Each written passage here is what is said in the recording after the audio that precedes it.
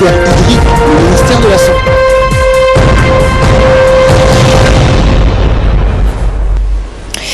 Bienvenue sur Télé Djibouti dans cette nouvelle édition de votre journal de 15h au sommaire de l'actualité. Les représentants de la Banque mondiale reçus par le ministre de l'Équipement et des Transports, les deux parties ont examiné les voies et moyens de renforcer le soutien de l'institution internationale à ce département. Et en Syrie, fin de la trêve, les bombes tombent à nouveau sur Alep. Voilà pour le sommaire. Merci de nous accueillir chez vous. Avant de développer ces nouvelles, ce message de félicitations du président de la République au roi du Royaume d'Arabie Saoudite. Le président de la République, Ismaël Marguerite, a adressé aujourd'hui un message de félicitations au roi du Royaume d'Arabie Saoudite et gardien des deux lieux saints, Sa Majesté Salman Ben Abdelaziz Al Saoud. Dans le pays célèbre l'anniversaire de sa fête nationale. Dans son message, le chef de l'État a formulé ses vœux de bonne santé et de bonheur aux gardiens des deux lieux saints, ainsi que davantage de bien-être, de prospérité et d'épanouissement au peuple frère et ami du Royaume d'Arabie Saoudite. Le président Guelleh a par ailleurs profité de l'occasion pour se réjouir de la qualité des relations d'amitié et de coopération existantes entre les deux pays et les deux peuples. Il a réitéré au roi Salman sa disponibilité ainsi que celle de son gouvernement à promouvoir et développer davantage ces liens privilégiés. À noter qu'un message similaire a également été envoyé à l'héritier du trône du Royaume d'Arabie Saoudite, le prince Mohammed Ben Naïef, et au vice-prince héritier du Royaume d'Arabie Saoudite, le prince Mohammed Ben Salman. Je vous le disais en titre, le ministre de l'Équipement et des Transports, Mohamed Moussa Helem, a reçu aujourd'hui dans son cabinet le représentant de la Banque mondiale à Djibouti, M. Atousek. Au cours de cette prise de contact, les deux parties ont examiné les voies et moyens de renforcer le soutien de l'institution internationale à ce département. Le ministre de l'Équipement et des Transports a émis le vœu d'approfondir davantage les relations de travail avec la Banque mondiale afin de rendre performant le secteur de la logistique. Le ministre n'a pas manqué de remercier la Banque mondiale pour tous les projets financés par cette dernière, notamment la réalisation de nombreuses études relatives au secteur du transport. Les deux parties ont mis l'accent sur les opportunités que le ministère de l'Équipement pourrait bénéficier de la part de la Banque mondiale. Cette réunion a vu la participation du secrétaire général du ministère de l'Équipement et des Transports, Saïd Nour Hassan, et la directrice des statistiques, des études prospectives et des affaires juridiques, Madame Fatouma Awale Ousmane. En nouvelle du pays, toujours une délégation de l'autorité des ports et des zones franches de Djibouti, conduite par son président, Aboubakar Omar Hadi, a entrepris une mission en Chine qui lui a permis de visiter plusieurs villes de la Chine populaire connues pour leur dynamisme. L'objectif de cette visite était avant tout de faire la promotion de la future zone franche et industrielle de Djibouti, connue sous la dénominatif anglais Free Trade Zone.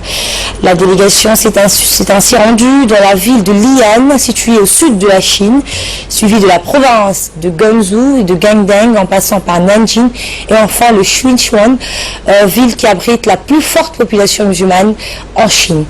À chaque périple a été question d'échanges commerciaux, d'investissements et de renforcement d'infrastructures entre les deux parties.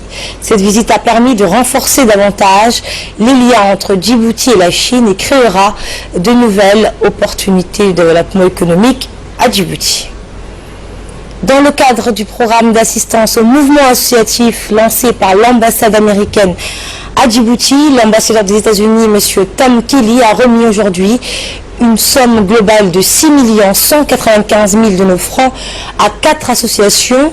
Ces 4 associations bénéficiaires sont l'association Caritas, l'association Wilson, l'association de bienfaisance et d'entraide des handicapés de la région de Tadjoura et finalement l'association pour le développement agropastoral d'Abaïto. Les responsables de ces associations ont tous signé avec l'ambassadeur Tom Kelly le document qui va leur permettre d'obtenir ce don. En outre, des réfugiés du camp de Ali Adé vont bénéficier prochainement d'un programme d'initiation en informatique. Écoutez l'ambassadeur des États-Unis d'Amérique à Djibouti. Les défis sociaux pour le financement des activités génératrices de revenus afin d'aider les plus vulnérables à s'en sortir d'eux-mêmes. Cette année, encore, nous avons sélectionné 4 associations pour couvrir les fonds de programme qui s'élèvent à 35 000 $ américains. Et suivons à présent ces quelques réactions des responsables de l'association ayant bénéficié de ces aides financières. C'est une grande aide qui nous sera très précieuse. On va réhabiliter un stock, notamment de nourriture, mais c'est encore plus large que ça, parce que ça va nous permettre de soutenir 2 projets qui profitent à des migrants mineurs, voilà, qui viennent surtout d'Éthiopie.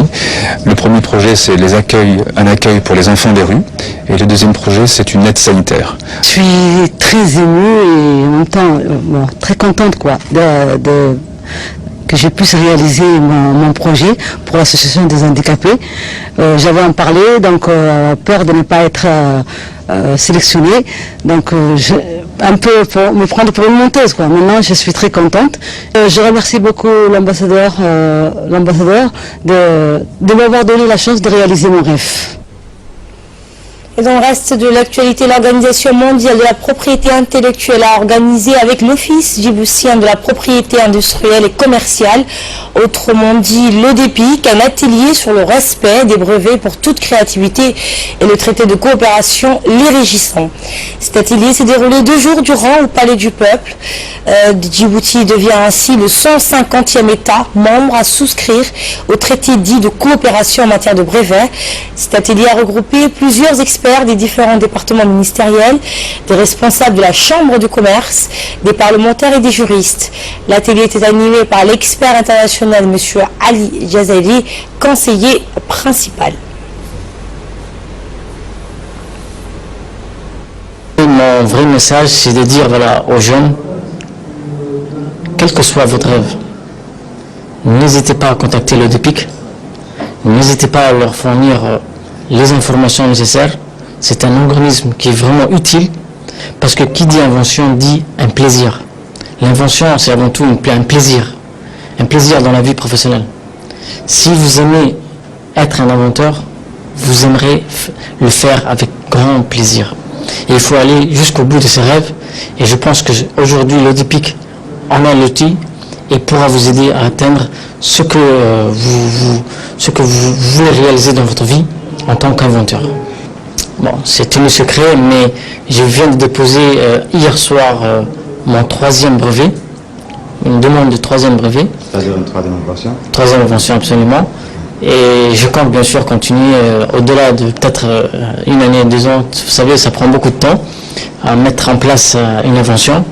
Mais j'ai quand même pas mal d'idées et j'aimerais, Inch'Allah, ça va se concrétiser bientôt. Et suite à l'annonce du décès de feu Mokhtar Senelassé à Bruxelles, l'ancien Premier ministre Belkhad Goulet Hamadou a adressé ses condoléances les plus attristées à la famille du défunt. L'ancien Premier ministre Belkhad Goulet Hamadou a prié le Tout-Puissant d'accueillir le défunt dans son paradis éternel. Inna lillahi wa inna ilayhi raji'un. Actualité à présent hors de nos frontières, l'armée de l'air nigérienne a lancé des raids contre des positions de Boko Haram. Le groupe islamiste a été la cible des forces aériennes vendredi dernier. C'est ce qu'ont fait savoir hier les autorités. En complément d'une vidéo, elles assurent avoir détruit un des refuges des combattants de l'État islamique en Afrique de l'Ouest, situé dans l'État de Borno, dans le nord-est du Nigeria. Les militaires affirment que plusieurs hauts responsables du mouvement s'étaient donné rendez-vous dans ce village pour une réunion de haut niveau. L'attaque de vendredi aurait détruit leur base. Le communiqué qui ne précise pas le nombre de morts et de blessés dans les rangs des islamistes. L'attaque a impliqué les F-7 et des alpha-jets de l'armée de l'air nigériane. Abuja affirme avoir identifié ses cibles à la suite de plusieurs missions de renseignement. En Syrie, le régime syrien et les Russes ont intensifié leurs bombardements et leurs raids aériens sur Alep. Les convois humanitaires ont été ciblés. Des bombardements visant des quartiers rebelles d'Alep ont frappé la ville syrienne moins de 2 heures après l'annonce par l'armée de Bachar al-Assad, la fin de la trêve. Des raids aériens et des bombardements ont en effet frappé hier les quartiers rebelles de la ville syrienne. Un convoi humanitaire des Nations Unies chargé d'aide et de médicaments a été détruit. Les raids incessantes visaient plusieurs quartiers quartier rebelle dans l'est de la ville. C'est ce qu'a rapporté un correspondant de presse. Selon lui, les bombardements sont intenses et les sirènes des ambulances ont été entendues partout alors que des incendies se sont déclarés dans plusieurs parties du secteur rebelle. Moscou et Washington sont les parrains du très fragile processus diplomatique concernant la Syrie mis en place depuis un an. Le secrétaire d'État américain John Kerry a rejeté hier sur la Russie une partie de la responsabilité de l'échec du cessez-le-feu en Syrie tout en plaidant en marge de l'Assemblée générale de l'ONU pour poursuivre le dialogue avec Moscou. Le conflit en Syrie va dominer les travaux de l'Assemblée générale des Nations unies à New York où de premières consultations internationales ont déjà commencé. La ville d'Alep est divisée depuis juillet 2012 en quartiers aux mains des rebelles ou contrôlés par le régime. Aux États-Unis, les attaques menées ce week-end à New York ont été qualifiées d'actes de terrorisme. Aux États-Unis, la police a arrêté hier le principal suspect des attentats de ce week-end à New York et dans le New Jersey. Ahmed Khan Rahimi a été interpellé après un échange de coups de feu avec la police. L'homme a été blessé et conduit à l'hôpital. 2 policiers ont également été blessés lors de la fusillade. L'arrestation s'est déroulée dans la ville de Linden, à une quinzaine de kilomètres de New York. L'homme était recherché pour son implication présumée dans l'attaque à la bombe samedi à Manhattan qui a fait 29 blessés. Il est aussi suspecté d'avoir déposé une bombe artisanale dans le New Jersey, une bombe qui n'a pas explosé. D'autres engins explosifs ont ensuite été découverts dans la zone. Le maire de New York, Bill de Blasio, a indiqué « L'enquête risque d'être longue, mais comme je l'ai dit, il semble bien que nous soyons en face d'un acte terroriste. » Ahmed Khan Rahami est un Américain d'origine afghane de 28 ans. Les enquêteurs cherchent à mieux cerner ses motivations. Voilà, c'est le journal de... Place maintenant au focus, Samuel, bonjour. Bonjour, On parle de sport ce week-end, un week-end prolifique en Europe où le Real, le Barça et le PSG ont signé des cartons dans leur championnat. La fin de la semaine a été plutôt en revanche frustrante pour la Juveman United, 2 des grands perdants de cette nouvelle salve de foot européen. Effectivement, ce moment, le PSG n'a pas fait dans les détails face à Caen. En ouverture de la 5e journée de Ligue 1, les hommes d'Emery ont atomisé leur adversaire normand avec un quadruplé des Cavani. Paris remonte ainsi à la 3e place et à 3 unités de l'AS Monaco qui a conforté sa position de leader en surclassant Rennes. En bas du tableau du classement, l'OM est ressorti un peu plus affaibli encore de l'Olympique face à Lyon, les Phocéens. Au 15e rang de Ligue 1 a déjà eu donc l'envers de la tête. Justement, premier Ligue, l'unité de balayée à Watford City, toujours au top alors. Effectivement, la formation de Manchester United est bâtie pour la 3e fois de rang, toutes les compétitions confondues. Le Red Devils, comme vous l'avez dit, ont été balayés sur le terrain de Watford et glissent à la 7e place de Premier League. D'autant plus frustrant que le rival et voisin de Manchester City lui a assigné son 5e succès au lot de journée, cette fois face à Bournemouth. Et avec 15 points, le Citizen occupe la tête du classement. À noter également le succès de Liverpool sur la pelouse de Chelsea qui permet au Red 6e de recoller au wagon des prétendants à l'Europe. Et au Liga, alors un réel record, Valence dans le décor, Hussein. Effectivement, sans faire de bruit, le Real des Zidane s'est offert un record ce week-end. Vainqueur à Bernabéu face à l'Espagnol de Barcelone.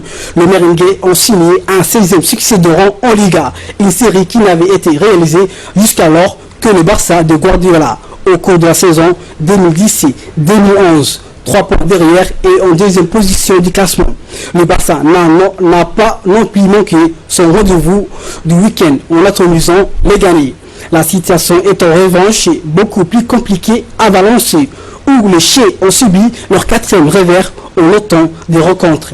Le FC Valence est dernier de la Liga avec 0 points et en 4 rencontres.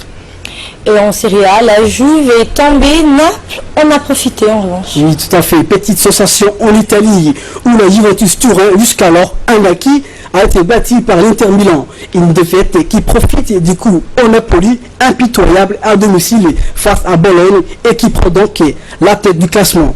Dans le sillage de ténor, l'AS Roma a laissé filer 3 points précis sur la pelouse de Fiorentina. tandis que Lazio, 4e, a fait les boulots face à Pescara. Merci Hussein pour ces éclairages. Merci à vous qui nous suivez. Nous on se retrouve demain à la même heure, à la même place.